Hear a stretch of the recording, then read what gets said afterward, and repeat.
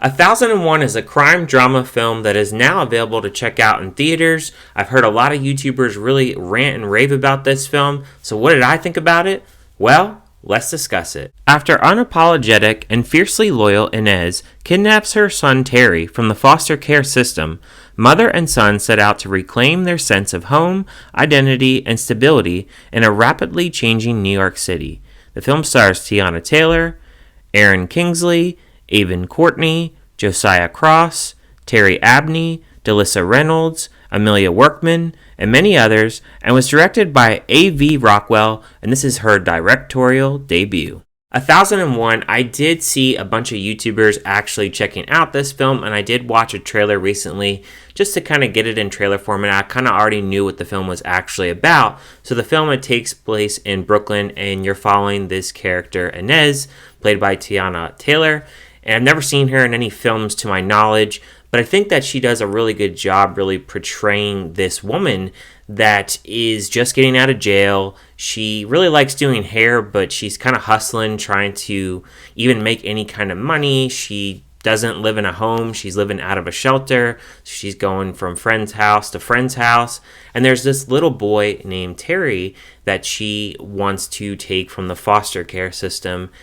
And it's really tough because she's 22 years old and she really can barely even take care of herself. So how the heck can she take care of a kid? So you see her really struggling on screen. She cusses a lot, so it's a little bit hard to really get into her character, especially how she's treating this little boy. And so she decides to take this little boy away from the foster care system and take him to Harlem, New York, in which she's staying at a friend's house.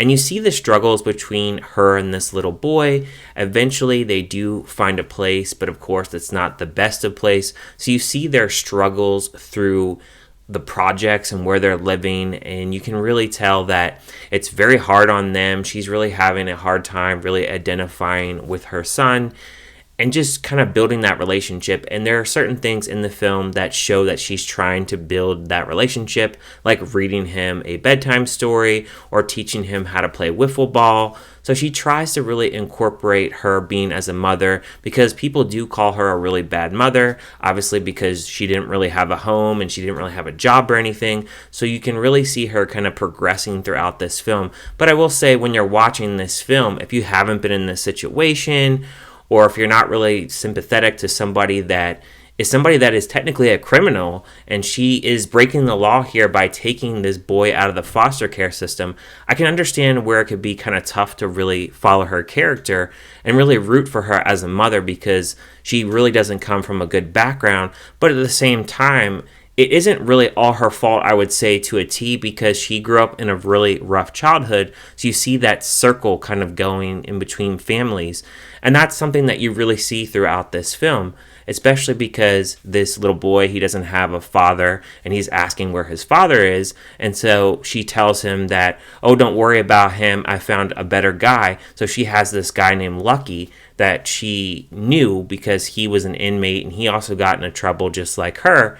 And so they begin forming a relationship. And when Lucky actually enters both their lives, you see little Terry asking him, well, how long are you going to be around? And I thought that scene was very sad, because it really shows that Terry isn't used to really having anything really stable in his life. So he's just used to people kind of coming and going. So I felt really bad for the little kid. You see Terry, he goes from age 6 to 13 and to 17. So you have a few different actors actually playing him, and you get to see him grow up. He's going through middle school, high school. He's actually trying to find his first love. He's really into this girl. He has this other kid, but this other kid is very rude to this said girl, and this girl doesn't want to give him any kind of attention. So you see that throughout the film. You also see him really struggling through school and trying to learn, and he has to try to go to like a special kind of school to really get the best education. And you see this mother trying to do the best she can to really give him a really good education, because she doesn't have it herself. And of course, Lucky feels the same way as well. Both of them showing that care towards Terry really showed me that they really wanted the best for their child. And what adult doesn't want the best for their child? Most parents, or any really good parent, would want their child to have it better than them. So you definitely saw that on screen. There were some topics that were brought up that I don't really think that really got broadened their horizons in this film. Like, for instance, they talk about police brutality. There's one part in here where Terry actually gets stopped by the cops, and we never really find out why he was stopped by the cop, but he, pats him down, and it's mentioned that, cops aren't really being the best in this town. Also, they have the mayor that's introduced, and certain things are changing in the city, but I don't really think that there's a lot of elaboration on that. But it is introduced into the film. And I will say there are parts in this film where it slows up a little bit. You feel like the drama has ceased a little bit and the film settles down a little bit and it gets a little bit slow at parts. But I think overall the pacing for this film, it isn't too bad, but I would say there are a lot of sad events that happen in this film. And I think it's a powerful film, and I think that it's trying to portray certain messages, definitely certain messages for Black women and having a voice, and just kind of breaking that chain, breaking that mold of somebody that really just wants to try to help somebody. In this case, this mother really wanted to help this little boy. And you get to learn a little bit about this mother's past. And the mother's past, you can really see what she's doing and why she's doing this to really help this little boy. A few other things that stood out to me was, firstly, when they show this barber shop that actually closes up. It really reminded me that small businesses, it really is hard to really stay afloat in our country. And I think that scene really portrays what is really going down with smaller businesses and how they really can't survive. And when certain cultures and certain cities actually change, that really affects the business. So I definitely felt that during that scene. And another scene that really stood out to me is there is a scene where they're in their apartment and they have all these leaks. Their apartment isn't up to code. They have holes in the wall, all these different things that are going on. And it really spoke to me that Americans, as us, really paying for rent or paying for an apartment, we're really overpaying for a lot of things and aren't getting stuff up to code. We have a lot of old things. People are being cheap about how they go about things.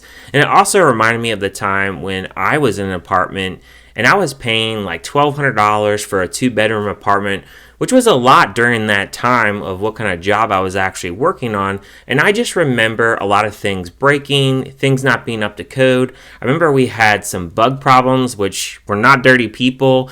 And the fact that we had these bug problems, and this was all over the apartment as well, not just our apartment, but other people's apartments as well.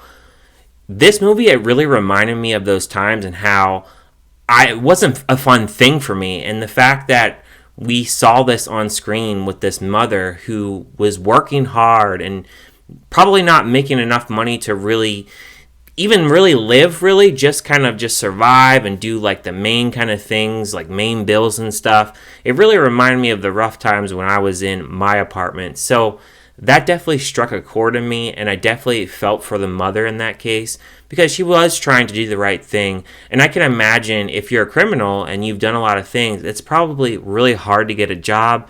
I would imagine a lot of jobs would turn you down, and probably, depending on the crime and what you did, I would imagine it's probably pretty hard to find something unless you can find something under the table or something that was probably a little bit lower, maybe like retail or something like that. So I could definitely identify with the fact that she was really struggling and trying to do the best that she could. As far as a score for this movie, I would give it a 3.5 out of 5. I do think at times it does slow down a little bit, and there were some things I wish that it would stretch out a little bit. The ending, I wasn't really satisfied with the ending that much, but I guess it had to end that way, so there's not really much else to say about that. But if you have watched this film, let me know in the comments what you thought about it. Did you like it? Did you hate it? Was it just kind of meh? And if you haven't watched this film, are you going to check it out? Thank you guys for listening to my thoughts, and I will see you guys on my next review.